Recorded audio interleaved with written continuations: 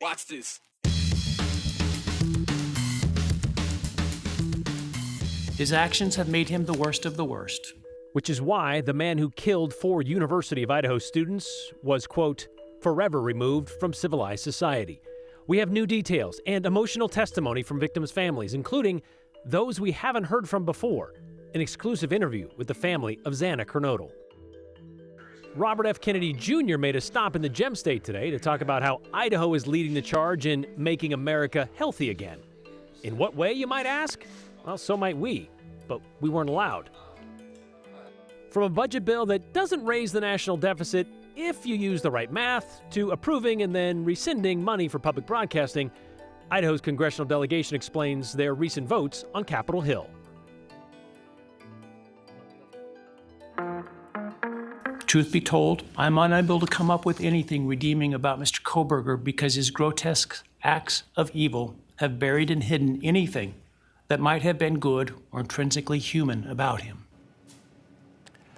And with that, Ada County Judge Stephen Hippler handed down 4 consecutive life sentences plus 10 years for admitted murderer Bryan Kohberger, without the possibility of parole, without the option of an appeal. Kohberger accepted his fate last month when he agreed to a plea deal with prosecutors and confirmed he killed Xana Kernodle, Ethan Chapin, Kaylee Gonzalez, and Madison Mogan in a home on King Road just off the UFI campus in November of 2022.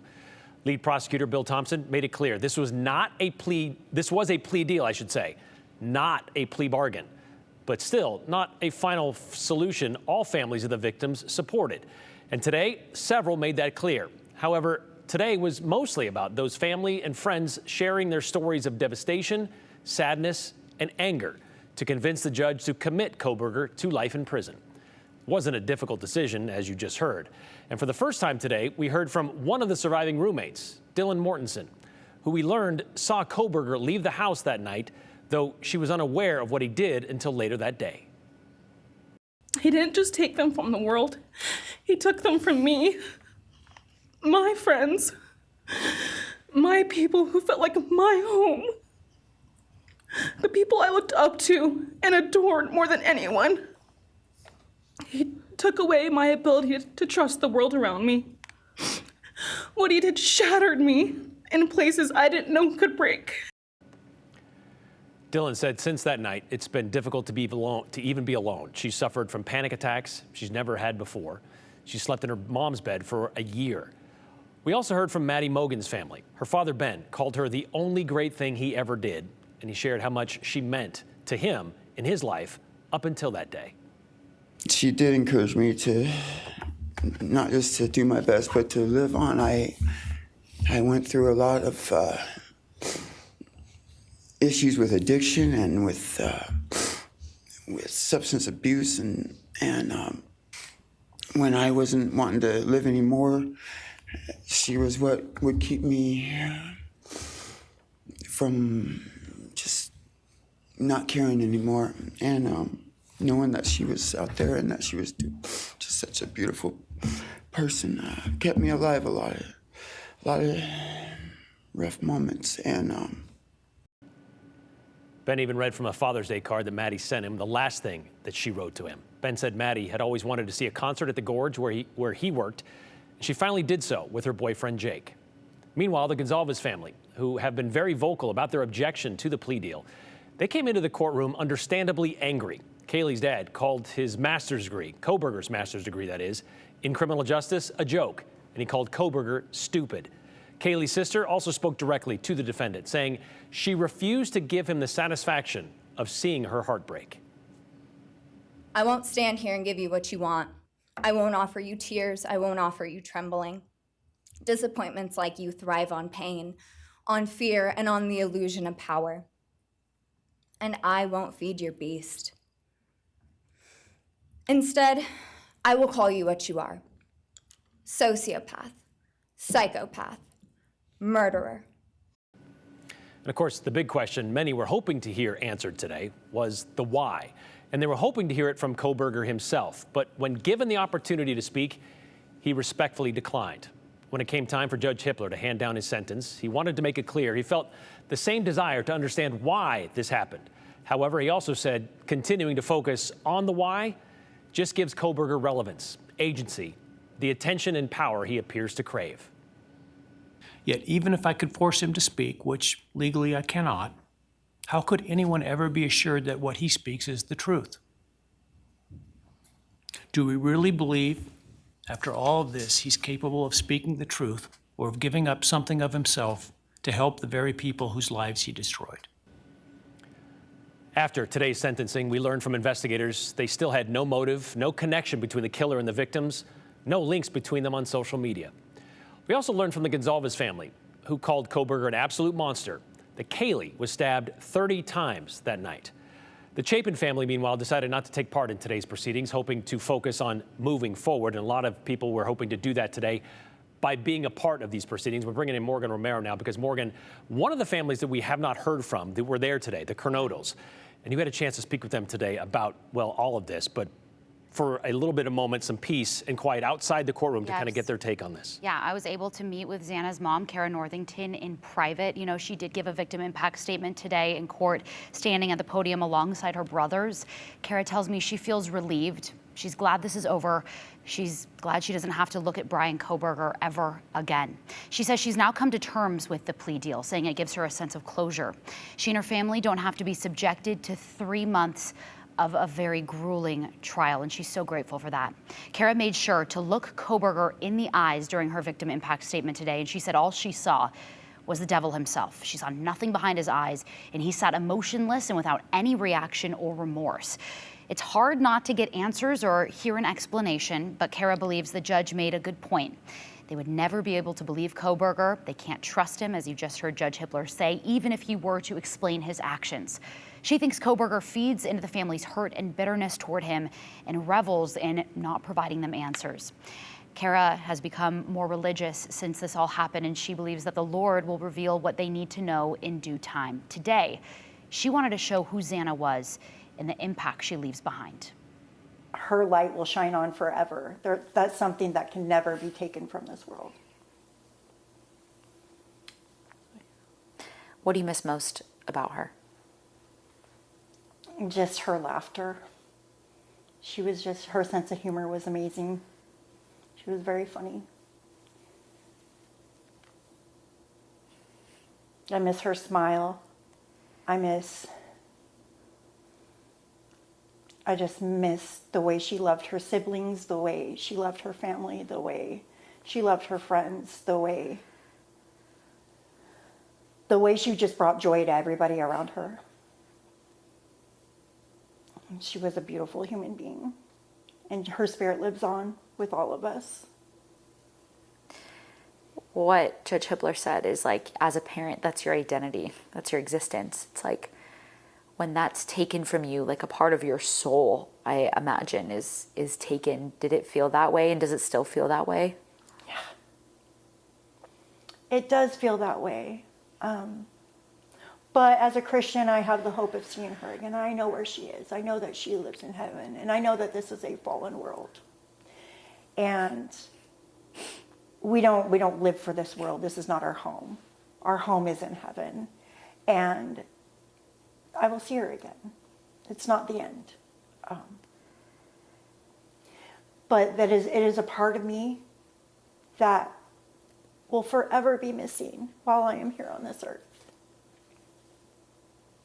But I have 2 children who are living who I really needed to pull it together for. And I have not been more proud of them in my entire life. Losing Xana led her to Jesus, as I said, and she turned her life around because of what happened. Kara told me she's so proud of her other daughter, Jasmine, and Xana's father and stepfather, who also shared just very powerful, raw, and vulnerable statements in court today. Kara told me she forgave Kohberger and started her healing journey a long time ago. She hopes that today, this sentencing, this closing of the final chapter, does the same for other families. I believe the Cernodals were the only family that did say that they forgive Bryan Kohberger for what he did. Everybody else was not willing to do that today. You were inside the courtroom. Yeah. Very emotional, obviously. Oh, What was it like to be inside there and be surrounded by that? Oh, yeah, Bryan, it was really heavy, I'm gonna be honest. I think we've reported on this story so many times for 2.5 years.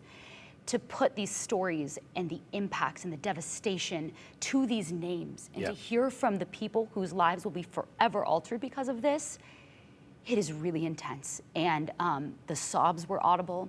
Kohberger's deadpan stare at the families as they spoke directly to him was sort of surreal. I think it was all just very surreal, very, very heavy to be in that courtroom, and just with the amount of national and international attention on this case. I really appreciated the opportunity. It was sort of a privilege to be able to be in there and humanize these people.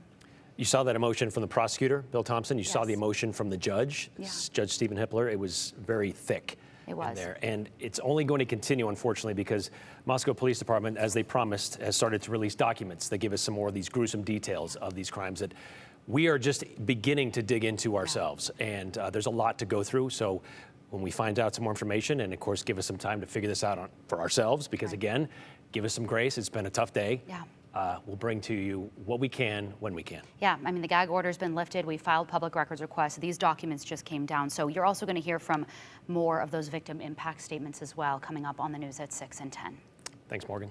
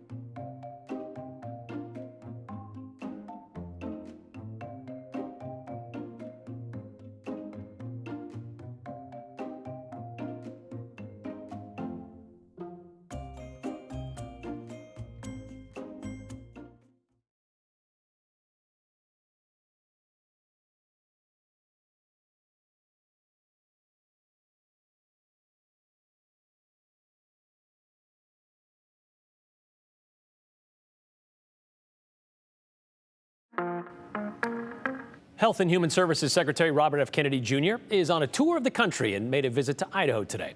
After dropping in at a local gym to work out in his jeans, RFK Jr. stopped by the governor's office this morning. There, they both addressed the media about how the state of Idaho is leading efforts that support the Make America Healthy Again movement. We wanted to know exactly what that means, so Aspen Shumpert showed up to ask. However, an address is just that. No questions allowed. Welcome. Wednesday, the U.S. Health and Human Services Secretary Robert F. Kennedy Jr. stood by Idaho Governor Brad Little's side as he declared August as Keep Idaho Healthy Month. I've been wanting to come out here since I got the job as secretary to congratulate him and to thank him for standing up for the American Constitution, unlike any other state. Their speech to the media lasted about 10 minutes, which included Kennedy saluting Little for the state's leadership during the COVID-19 pandemic. Idaho did better than any other state in preserving those essential American freedoms, and a lot of that was because of the leadership of Governor Little. Something protesters like Natalie Draper, who was outside the Capitol building today, feels the opposite about. Instead of our government in Idaho unifying everyone and making sure that everyone received the best care possible and the best care and instructions possible, they were constantly trying to divide us. Kennedy says laws recently passed in Idaho have advanced the Make America Healthy Again movement. That includes the 2025 Senate bill, which requires school districts to create cell phone policies. Kennedy says that helps improve students' mental health. And the 2025 House Bill 109, restricting the use of SNAP benefits for purchasing soda and candy. If you want to drink a Coke, you ought to be able to do it. But the American taxpayer should not be paying for it. And we're going to end that system, but we need the governors, and other governors are now following Governor Little's leadership. Kennedy praised Governor Little for signing the state's Medical Freedom Act this year as well. Senate Bill 1210, preventing government and businesses from mandating medical interventions like vaccines. This state, more than any state in the country, stands for not only medical freedom, but healthy. A healthy population understands, as the governor says, that's a patriotic duty. He also voiced strong support for changes to Medicaid. Medicaid is now bankrupting our states. It's a third of the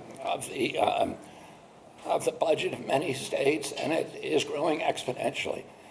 And the only way that we're going to deal with that is by dealing with the chronic health epidemic. Kennedy went on to make claims about chronic diseases using statistics, but his sources were unclear. When my uncle was president, 3% of Americans had chronic disease. Today, it's 6 out of 10. And it's 90% of our medical costs. When my uncle was president, we spent 0 on chronic disease in this country. Today, we spend $1.3 trillion a year. And other stats alluding to a rise in both diabetes rates and autism rates. Claims protesters like Heather Larson hope people will fact check before believing. The things that he's said about autism and ADHD, his attack on vaccines, just science in general, I think that's dangerous. I have kids, and I don't want them to live in the future where we don't trust science. In addition to declaring August as Make Idaho Healthy Again month, August 25th will also be Make Idaho Healthy Again Day. Brian, most of what they addressed today were the laws that Idaho passed in this most recent session. Okay. What we didn't hear were how Idaho plans to support Idaho's tribe members, but we're told that the governor as well as RFK are going over to the Nez Perce tribe tomorrow. So Okay. we might hear a little bit after that trip. So no questions, just basically No a 10-minute questions. photo op. Yep, pretty much. Thanks, Aspen. Well, the slow wheels of government continue to grind on. Sort of. U.S. House Representatives started summer break early to avoid a vote to release the Epstein files. But despite that, several Idahoans still working on Capitol Hill. And that's where we find Joe Paris. He's one of those guys still working on Capitol Hill. Joe, you spoke to some of our delegation about some of the bills that have moved through Congress lately. Yeah, and I think we're really getting an insight into their thought process behind how they get their votes, how they work with the other members of the congressional delegation, and really, as they strive, in their words, to really represent the majority of Idahoans that elected them to come to Washington, D.C. So as Bryan highlighted, the United States House is officially wrapping up, going on a recess. We do understand that there will be some meetings over the next few days. But when we were talking with Idaho Senator Mike Crapo, we kind of dug into things like the reconciliation bill, the big beautiful bill, as well as the rescission package that we covered at length that did have some cuts to things like NPR and PBS, something that we've heard from Idahoans a lot about. I asked, though, Senator Crapo how he weighs things in terms of these giant bills, things that he likes inside of it, things that he doesn't like. How does he land on a vote? It really is a group effort between Senator Risch and Senator Crapo. How difficult is it to, I guess, vote on some of these massive packages where you like some of it, you don't like some of it? I always think of the quote where it says, "Don't let perfect be, the enemy of good." Yeah, that's right. I don't know that there is a bill that ever comes before the Senate or the House anymore that is perfect. There are always things in it that there's always reasons to vote no and always reasons to vote yes. In fact, Senator Risch and I visit over every vote so that we try to give Idaho 2 votes in the Senate for yes or no, whatever the vote may be. And when we have those visits about legislation, there are times when one of us says, I think the balance is a yes, and the other one says, I think the balance is a no. And we talk that through. The point being that there are always good things and things that are not so good in a piece of legislation, and you don't have the right to vote maybe. And so, that is the job. Sometimes it's a difficult job and there are decisions to be made, and Idahoans, rightfully so, will hold our congressional delegation accountable for their votes. Really, in the same topic, I spoke with Congressman Mike Simpson, who we covered last week, his vote in favor of the rescission package, as Idahoans were really concerned about votes that did cut funding in the future for PBS and NPR. I asked him about that vote, how he got to the conclusion, and kind of his thought process of voting for the package as a whole. If that would have been a standalone bill, I would have voted against it. But I have to look at a bill and weigh it and say, in total, is it good or is it bad? I could find a reason to vote against every appropriation bill because there's something in there that might be important to somebody else, but I think is crazy, you know, or whatever. And you have to weigh every bill that way. And it's the same thing with these rescission packages. It would have been hard to vote against that rescission package because then you're looked at as voting for all of the crazy stuff that was the foreign aid stuff. So you have to make those choices. Would you have felt differently about the NPR PBS conversation if it wasn't jumbled in with everything? Absolutely, yeah. So, you know, you could play what if or coulda, shoulda, woulda all day, but that is I guess, the insight in terms of the thought process. And Bryan, I know that we've heard from Idahoans that are concerned that funding cuts to NPR specifically could compromise emergency radio signals. Senator Risch telling me this evening, he says that will not be impacted. He is confident in terms of the emergency alert systems that run through NPR stations across Idaho. Joe, did you happen to ask Congressman Simpson if he plans to give back that award for being a champion of public broadcasting for voting that down? You know, we did talk about the award that he won, and he is still proud, you know, a supporter for PBS. And we'll get into this in a future episode of the 208, Bryan. But something that Congressman Simpson touched on is the intricacy that he believes that what they voted on, for example, is a 2-year advanced appropriation. He sees that NPR and PBS are actually funded moving forward. There is a rescission in terms of their budget moving forward. So his thought process is we will cross that bridge when we get there. Again, that is what he believes on that. We know that Idahoans disagree with that. But again, it goes both ways. So for the next 2 years, they go without. We'll see what happens 2 years from now. All right, thank you very much, Joe.